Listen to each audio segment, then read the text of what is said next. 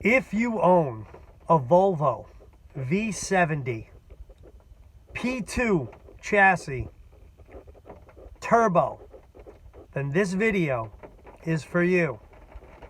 Especially if that Volvo has a fuse blowing, fuse number 5 to be exact. And if you are getting 5 to 4 ECM codes like canister purge valve, signal too low, VVT, camshaft reset valve, fuel leakage detection unit, I am going to tell you how to solve your problem. What you need to do is disconnect the PTC heater. Where is your PTC heater? It is at the end of the pipe that goes to your turbo inlet. It's all the way down there.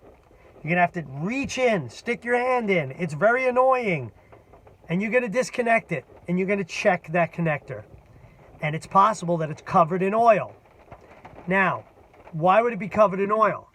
Well, let's say you did an oil change, and you sent away for the FCP Euro oil change kit, and they sent you 7 quarts of oil. And it says in your manual to put in 6.5 quarts of oil. Don't put 6.5 quarts of oil in your Volvo V70. I have a 2004. Because what you will do is overfill. And then you will get oil in your turbo, in your VVT. And that oil that leaks from your turbo will leak onto the PTC heater and short out your PTC heater, giving you a check engine light that you can't clear, in my case, for 2 fucking years. So, this is a public service to you if you end up with this issue. You need to do this. You need to check that part. And you need to put 5 to 5.5 quarts of oil when you do an oil change, not 6.5.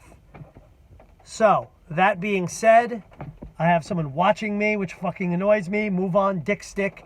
Anyway, that being said, you got the value from the video. Now I'm gonna fucking rant. But I'm not gonna curse, and I'm not gonna be angry, because I got nothing to be angry about. This is an update to my last video, bugging out about Volvos, Volvo community. I owe a lot of people an apology, and I'm gonna attempt to do so right now. I'm sorry, Volvo community. One of you stood by me. One of you was there for me. Jason, I'm going to screw up his name now. I'll put his name in the description. Something Spanish. Marquez, something like that. Anyway, you're in Oregon. You're the best. You're amazing. You helped me. You were right. This saga, where we left off, I had come from the Volvo dealership in Red Bank, New Jersey. I might have been too harsh on them too. Perhaps they deserve an apology as well. But I still stand by the fact that the guy on the phone in the service department at the Red Bank dealership got me down there with a confidence and promises that he could not keep. And in that case, I'm pissed off still at that. However, the mechanic was probably telling me the right thing. I'm thankful that that mechanic did not change my fuel leakage detection unit, because it did not need to be changed. And that would have been $513 I did not have to spend. Axle issues, I'm looking into that. I can handle that myself. So I saved a lot of money. Yes, I got my car inspected. Yes, I got my car registered. I could park the car on the street again. Thank the Lord. So, where we left off, I had went to the Volvo dealership, and I felt that they were fucking with me and screwing with me. The prices are exorbitantly high. I'm not apologizing for that. The Jamaican mechanic, he did the right thing by letting me leave. I paid $100 and something for diagnostic. I think I shouldn't have had to pay that, but they can't waive that, so I'm sorry about being a dick about that, okay? Now, where did I go after that? Well, I called a bunch of different mechanics, I ended up at YouTube Zone Steve Pitbull's garage. What a great guy that guy is. Number one guy. Great guy, Steve Pitbull. He tried to help me out. I was in his hair for a day. He didn't charge me. He said, think about what you got to do.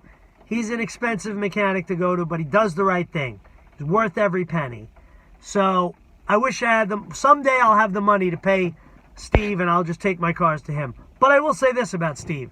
He's always telling us in his videos, these kids, they need to put their phone down and work with their hands. Well, Steve, I put my phone down and I worked with my hands. I hope you're proud of me. When I left your garage, we had no idea what was going on. I solved the electrical mystery. And I did so by pulling it into my driveway, disconnecting the PTC heater, discovering that this connector was saturated in oil, and I cleared my codes. My fuse number 5 doesn't blow anymore, and I've got a turbo inlet hose with the PTC heater gonna be ordered on the way, and I'll actually repair it. But I left it disconnected and I passed inspection. Of course, it didn't really end there, because let me rant a little bit about what you have to do in this state of New York to pass this bullshit emissions inspection. So, I think I'm in the clear now. I got my codes cleared. I could go in tomorrow morning and get myself an inspection. So, I go to do that. I pull into the garage. First garage I go to, the guy starts telling me, it's a guy I've been to before, and he starts treating me like I've never been there before. I didn't like that. Then he's like, oh, I can't do it right now. You got to come back 2 hours. I understand that. People are busy. I got to put it up on the lift and check the brakes. You got to check the brakes. Listen, I got a brake issue. You know, it's the computer, the BCM in these cars, blah, blah. Oh, I won't be able to pass it. He's giving me this jerk-off runaround. So then I go to another guy. He's not there. I can't do it today. So then I go to this other guy in my neighborhood, and I go to him. I say, listen, no check engine light. Can we get a passing inspection? He said, you cleared your computer? I said, yes, I got a Vita system. I cleared it. He said, okay. Took my word for it. Didn't connect his scanner. Connects it to the state machine. I fail. What? Why do I fail? I cleared all my ECM codes. Oh, some fucking evap code or whatever. Oh, why didn't you? So then he connects his scanner. He says, yeah, you got to drive it. You didn't turn over your computer. You got to drive it 50 miles. So, here we go again. I get in the car, I get in the highway, drive 50 miles, come back. He puts his scanner on. Yup, you're good to go. We're going to pass? Yup. Now, I had to pay for the failing inspection, $37.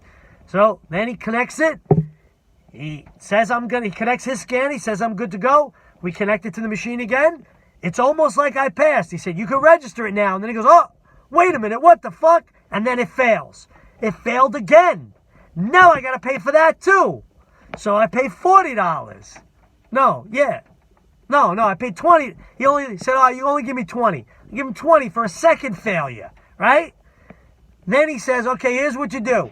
You got to go to AutoZone. You got to get yourself a product. And this is why the whole emissions thing is bullshit.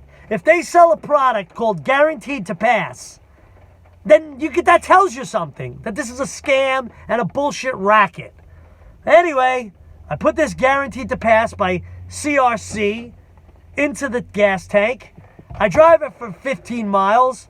I come back, and I pass. Finally. Now he asks for $40 because he helped me out.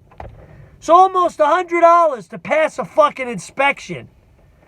Come home, do my registration, $139 for a registration. Welcome to New York City. Anyway, that's it. That's where the saga ends.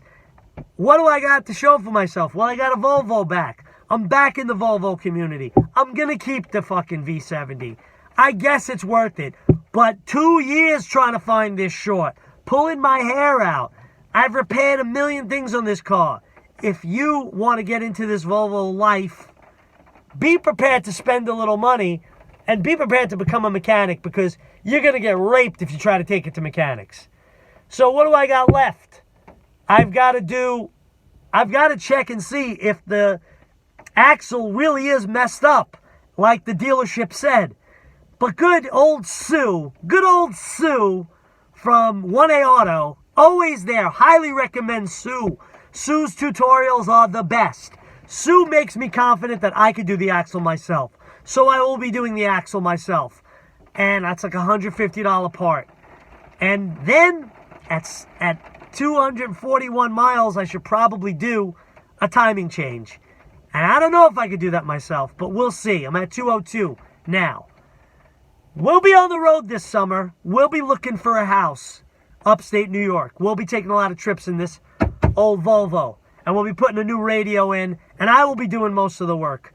So I guess this is an apology to the Volvo community, the Volvo V70 group on Facebook, the Volvo Dice group on Facebook, the North American Volvo, I think I complained on there, and everyone in the Discord, and Jason, I'm going to put your name in the description. I can't remember your last name, Mergezi, something like that. You are the best. If it wasn't for you, I wouldn't be able to solve this mystery. Thank you so much for letting me know about the PTC heater.